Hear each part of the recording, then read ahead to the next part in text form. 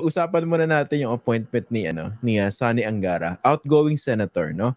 Alam natin marami mga tao may agam-agam sa kanya appointment, primarily because he is a politician. Because after the experience with Sara Duterte, ang iniisip ng iba, sana wag na maglagay ng politiko diyan. Okay? Kayo ba ano bang impressions niyo rito sa pagkakatalaga kay Senator Sonny Angara?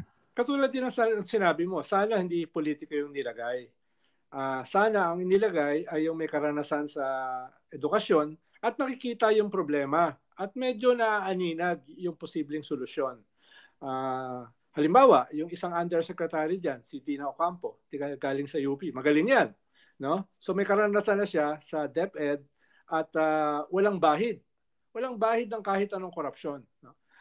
Kung gusto naman nilang kumuha ng labas ng DepEd, nandiyan naman yung isa sa paborito mong guest, si Shelo Magno, na dating undersecretary ng Finance. So, may alam siya sa edukasyon. At the same time, ay medyo technocrat siya. May kaalaman siya sa management, sa finansya, na kinakailangan sa DepEd. Dahil yung pinakamalaking departamento ng gobyerno. At ikatlo, katulad ni Tina Ocampo, ay wala yung bahid ng kahit anong korupsyon. So, yung mga ganyan ba, sana yung kinuha. Pero dahil kinuha na si Senator Angara, titingnan natin kung ano yung kanyang magagawa. Sana lang ay tumanggap siya ng mga unsolicited advice dun sa mga may alam.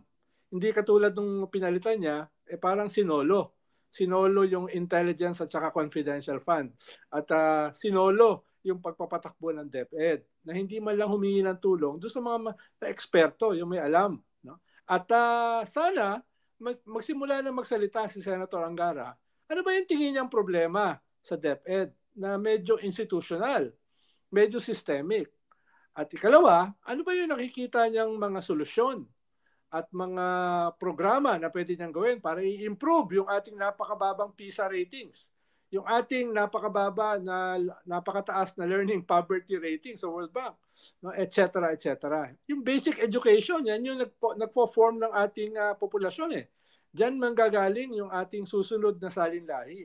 Napakahalaga ng kanyang role diyan. Sana magsalita naman siya dun sa mga nakikita niyang problema at nakikita niya mga solusyon dahil tahimik pa eh. Meron siyang kaunting binitawan ng mga broad na mga statements. Pero pampolitiko yun eh. Sana tumigil na siya maging politiko at maging talagang tunay na cabinet secretary siya sa DepEd. Okay. Pero ito, I'll play devil's advocate, no? Dun sa mga... I'll play devil's advocate, no? So, ako rin kasi personally, ang preference ko, sana hindi politiko. Pero in a way, hindi ba makakatulong yung pagiging politiko niya dito sa portfolio na hahawakan niya? Kasi pag entirely or strictly technocrat yan, baka hindi yun sanay doon sa, when it comes to the dealings with, or when it comes to the workings within the bureaucracy. Posible. Kunwari, pakipag-ugnayan doon sa legislatura for instance, at saka sa other branches ng executive. Pero pag politiko ka, marami kang connection or networking. Posible. Bibigyan ko siya ng benefit of the doubt. Pero two-edged yung connection na yan eh. Pwede yung connection na yan ay maging negatibo para sa DepEd. Dahil yung mga politiko, hihingi yan eh.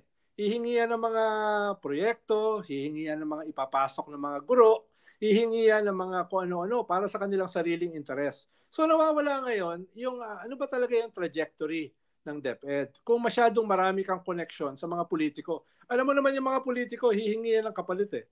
Para sa suporta, para sa budget. No? Yun yung magiging problema. Ikalawa, bata pa si Senator Angara eh. Meron pa yung mga political ambitions. So baka yung kanyang pamamahala sa DepEd ay ipapailalim sa ganyang klaseng mga ambisyon. Sana hindi naman. Pero yun ang tendency kung ikaw ay politiko, lalo na bata ka pa. Meron ka bang political future? Yan ang gagawin mo. Pero ako, okay na. Kung maayos mo yung systemic ills ng DepEd, sige na, bigay na natin. Kung maayos mo yan, di deserving ka na maging magaling na politiko in the future. Pero ano rin yan, no? Double-edged din yung kanyang pagkakatalaga, no? Kasi nga, this is a very opportune time for a second-term senator like him, graduating in short, no? Kasi kung may balak siyang tumakbo ulit, let's say sa, kunwari, 2028, kunwari ibang posisyon, di ba? titingnan din yung kanyang performance bilang Department of Education Secretary. And hindi natin masasabi na mataas ang success rate diyan dahil napakalaking bureaucracy niyan, napakaraming problema. Paano kung magkalat ka? Pwede mag-backfire yan. Kung sakaling gagamitin mo man o iniisip mong gamitin yan sa politika, hindi ba? Tama, no? Halimbawa, yung nakaraang DepEd Secretary, si Vice President Sara Duterte. 2 years ago, nung siya ay naging secretary ng DepEd, ang backlog sa mga paaralan, sa mga schoolhouses ay 90,000. Nung siya ay nag-resign, 160,000. Imbis na mabawasan, lumaki pa. So dyan susukatin, halimbawa, si Secretary Angara, dyan sa ganyang klaseng output. Sana ay, imbis na madagdagan, yung 160,000 na backlog sa mga schoolhouses ay mabawasan dramatically.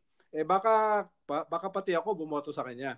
No? Ikalawa, halimbawa yung isa sa systemic ills ng ating education, basic education kasi yan, ay mga bata, walang matututunan kung walang laman yung sikmura. Kaya kailangan dagdagan din nila ng nutrition project, yung basic education. Marami Christian na mga low-hanging fruit Yung hindi na kinakailangang i-memorize pa. No, yung nandyan yung kaya mo na gagawin mo ba, magpapa-research ka uli, magpapa-feasibility study ka, nakalantad na yung problema. At merong mga solusyon na kayang gawin immediately. No? Kung meron kang political will at meron kang vision na ayusin yan beyond your political ambitions. Sana maging ganun siya. Okay. Yan ang baggage, no? Yan ang initial impressions automatically pag politiko ka, nilagay ka sa isang posisyon, iniisip politika. Okay. Pero hindi ba sapat na miyembro siya ng EDCOM 2? Yung Second Congressional Commission on Education. Miyembro siya ng EDCOM 2. Ito doon sa mga viewers natin. Ito yung talaga nag-aaral ng systemic and all other problems confronting our education system. Hindi lang basic education, kasama higher education, TechBook, pati alternative learning system, pati early child development education. Hindi ba sapat na babad siya ron? Tapos dun sa mga senador na meron tayo, ilan ba yung nakatutok talaga sa education? I can name 3. Siya, si Gatchalian, at saka si Joel Villanueva. Tama ba? Tapos sa House, ang counterpart nila, si Roman Romulo, si Mark Go, ng Baguio if I'm not mistaken, tapos Benitez. Hindi ba sapat yung karanasan na yun to be able to handle this job? Kasi if we're talking about template, nakasulat na naman yung problema at yung solusyon doon sa EDCOM 2 report. Makakadagdag yun, Christian. Pero hindi yun sapat. No? Hindi yun sapat. Dahil sa ating sistema, patuloy na nag-deteriorate yung ating educational system. So, ang mas mahalaga ay yung political will na gawin yan. Sabi ko nga kanina, hindi naman kinakailangan niyang i-research pa uli. Sabi mo nga, nandiyan Diba, nakalantad na So, kalahati nung solusyon o kalahati ng problema ay nakikita na at elements ng solution ay nandyan na rin. Napakarami na rin proposal. Sana ay ma-implement, sabi ko nga, mga low-hanging fruits na pwede na niyang i-implement. Lalo na nakaupo siya dyan sa Education Committee na yan. No? Kaya yan ay dagdag, pero hindi ako mag-a-agree na yan ay sapat. Okay. Ito yung huli dito sa punto na ito kasi papunta na tayo sa exciting part, no? Pero would you agree that the appointment of Senator Angara can be considered as a vast, napalakas, improvement. but sorry, na-carried away ako. Vast improvement doon sa kanyang papalitan, si Vice President Sara Duterte. Yes. Parang si Bongbong Marcos yan no? Ay napakalaki nung kanyang pagkakaiba doon sa kanyang predecessor, no? Paano ko magkakamali? Diba? Paano ko magkakamali kung yun yung pinalitan mo? Pero then again, very systemic at very institutional yung ills ng ating Department of Education, no? In one sense, mahirap kang magkamali. Sobra ka ng bobo kung magkakamali ka pa. No? Tingin ko hindi naman ganun kasobrang bobo si Senator Angara. Kaya meron naman siya magagawa. Pero beyond that, ay kinakailangan niyang simulan yung systemic solution sa problema natin sa ating educational system.